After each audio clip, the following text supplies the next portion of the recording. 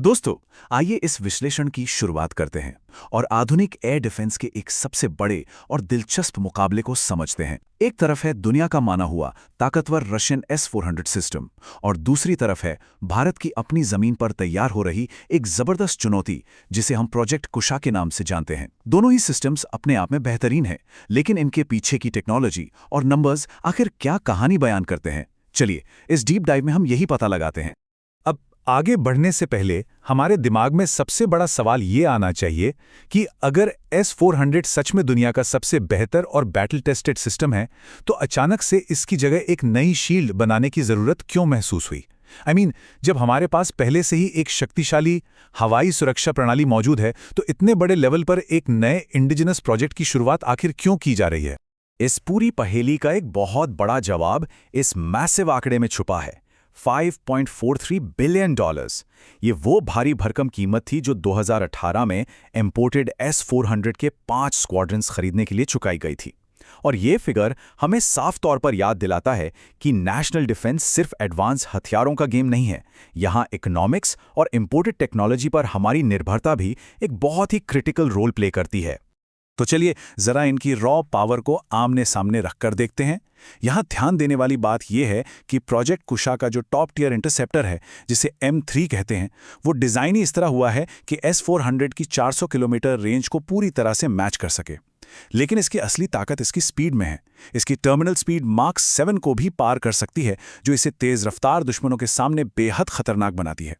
वैसे एक और बहुत बड़ा फर्क इन दोनों सिस्टम्स के दुश्मन को गिराने के तरीके में है।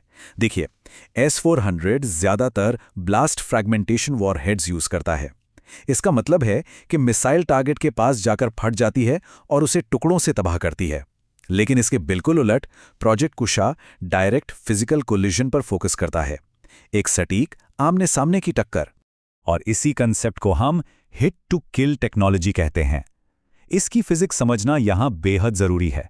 जब आसमान में मॉडर्न बैलिस्टिक और हाइपरसोनिक ग्लाइड व्हीकल्स तेजी से आ रहे हों, तो उनके आसपास होने वाला एक आम धमाका काफी नहीं होता।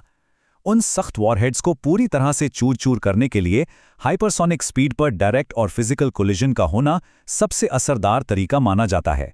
यह लिटरली एक गोली से दूसरी गोली को हवा में उड़ाने जैसा है। लेकिन देखिए, सिर्फ एक ही साइज की मिसाइल से हर तरह का खतरा तो रोका नहीं जा सकता, राइट? इसलिए कुशाई one size fits all approach नहीं अपनाता। इसमें 3 परतों वाला एक मॉड्यूलर आर्किटेक्चर है। M1 इंटरसेप्टर 150 किलोमीटर तक ड्रोन्स और फाइटर्स को हैंडल करता है।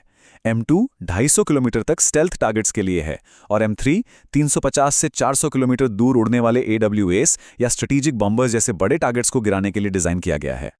और इन मिसाइल्स को सही रास्ता दिखाने के लिए चाहिए होते हैं बेहतरीन सेंसर्स। यहाँ कुशा एक स्टेप और आगे जाता है। ये लेटेस्ट गैलियम नाइट्राइड टेक्नोलॉजी का इस्तेमाल करता है, जिससे इसकी डिटेक्शन रेंज पुराने सिलिकॉन रडार्स के मुकाबले सीधे 30% बढ़ जाती है। सिर्फ यही नहीं, लगातार ऑपरेशन से जो गर्मी पैदा होती है, उसको भी ये नया रडार बहुत बेहतर तरीके से झेल सकता है। अब सोचिए, अगर दुश्मन रेडार को धोखा देने के लिए इंटेंस इलेक्ट्रॉनिक जैमिंग शुरू कर दे तो क्या कुशा अपना रास्ता भटक जाएगा? बिल्कुल नहीं, क्योंकि इसमें रेडियो फ्रीक्वेंसी सीकर के साथ साथ इंफ्रारेड इमेजिंग सीकर भी लगा है। इसका सीधा सा मतलब यह है कि हैवी जैमिंग के बावजूद ये मिसाइल पैसिवली दुश्मन के इंजन की हीट को ट्रैक करके उसके सबसे वल्नरेबल स्पॉट्स पर प्रिसिजन अटैक कर सकती है। अब थोड़ा इकोनॉमिक्स की तरफ आते हैं, क्योंकि युद्ध आखिर बजट से भी तो लड़े जाते हैं। यहाँ दोनों में जमीन आसमान का फर्क नजर आता है। एक बराबर की रशियन इंटरसेप्टर मिसाइल आसानी से 100 करोड़ रुपए के पार चली जाती है। वहीं दूसरी तरफ एक होम ग्रोन कुशा मिसाइल की कीमत सिर्फ 40 से 50 करोड़ रुपए के आसपास आती है। ये एक मैसिव कॉस्ट एडवांटेज है। और जब हम इस फर्क को एक पूरे स्क्वाड्रन के पैमाने पर देखते हैं, तो नंबर सच में चौंका देने वाले होते हैं। एक पूरे कुशा स्क्वाड्रन का अनुमानित खर्चा करीब 4,340 करोड़ रुपए आएगा। एक बार कंपेयर करके देखिए, ये लागत एक S-400 स्क्वाड्रन के एस्टिमेटेड 9,000 करोड़ रुपए की कीमत के आधे से भी कम है। कॉस्ट पर हम इतना जोर इसलिए दे रहे हैं क्योंकि आज वॉरफेयर पूरी तरह बदल चुका है। हम अब एक एसिमेट्रिक थ्रेट का सामना कर रहे हैं। सोचकर देखिए, मास प्रोड्यूस्ड सस्ते कमागिजे ड्रोन्स का झुंड हमला करने आए और उन्हें गिराने के लिए हमें 100 करोड़ की इंपोर्टेड मिसाइल्स चलानी पड़े। ये आर्थिक रूप से बिल्कुल भी प्रैक्टिकल या सस्टेनेबल नहीं है। और यहीं वो पॉइंट है जहां सस्ती मिसाइल्स पूरी गेम बदल देती हैं। कम लागत की वजह से हम एक ही टारगेट पर बिना सोचे 2 मिसाइल्स एक साथ फायर कर सकते हैं, जिसे हम साल्वो मूड कहते हैं। इस अप्रोच से टारगेट को डिस्ट्रॉय करने का सक्सेस रेट 98.5% तक आसानी से पहुंच जाता है और देश का बजट भी सेफ रहता है। चलिए अब इनके सॉफ्टवेयर यानी इनके दिमाग की बात करते हैं।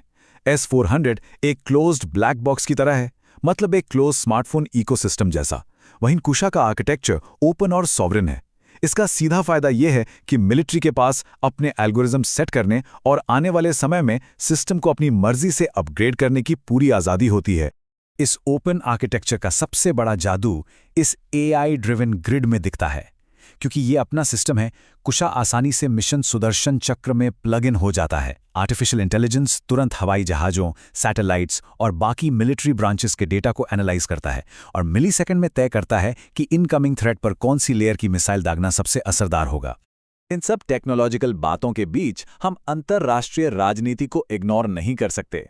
कैट्सा जैसे कानून अमेरिका को ये पावर देते हैं कि अगर कोई भी देश रशिया से मेजर मिलिट्री प्लेटफॉर्म्स खरीदे तो उस पर सैंक्शंस लगाए जा सकें।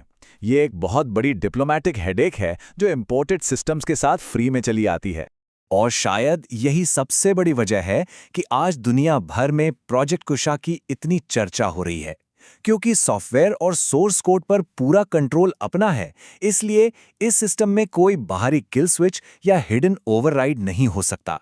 ये एक ऐसी हवाई शील्ड है जो किसी भी विदेशी प्रेशर या जियोपॉलिटिक्स के असर से पूरी तरह आज़ाद है। तो अगर इस पूरे विश्लेषण को हम एक साथ समेटें तो हमें एक बड़ी स्ट्रेटेजिक एवोल्यूशन दिखती है। एक वक्त था जब हम पूरी तरह क्लोज्ड इंपोर्टेड सिस्टम्स पर निर्भर थे।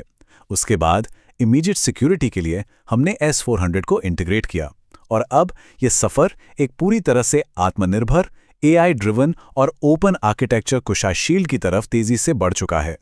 आखिर में इस विश्लेषण को हम एक बहुत ही ज़रूरी और थोड़ा प्रोवोकेटिव सवाल पर रोकते हैं। जैसे जैसे वॉर और उसकी टेक्निक स्पेस की तरफ आगे बढ़ रही है, क्या लगता है आपको, क्या बाहर से मंगवाए गए क्लोज्ड और बंद सिस्टम्स एक लगातार इवॉल्व होती हुई खुली AI शील्ड के सामने टिके रह पाएंगे? ये सवाल ज़रूर सोचने पर मजबूर करता है कि आसमान की असली सुरक्षा सिर्फ और सिर्फ टेक्नोलॉजिकल आत्मनिर्भरता में ही छुपी है। उम्मीद है इससे आपको पूरे मुद्दे को समझने में मदद मिली होगी।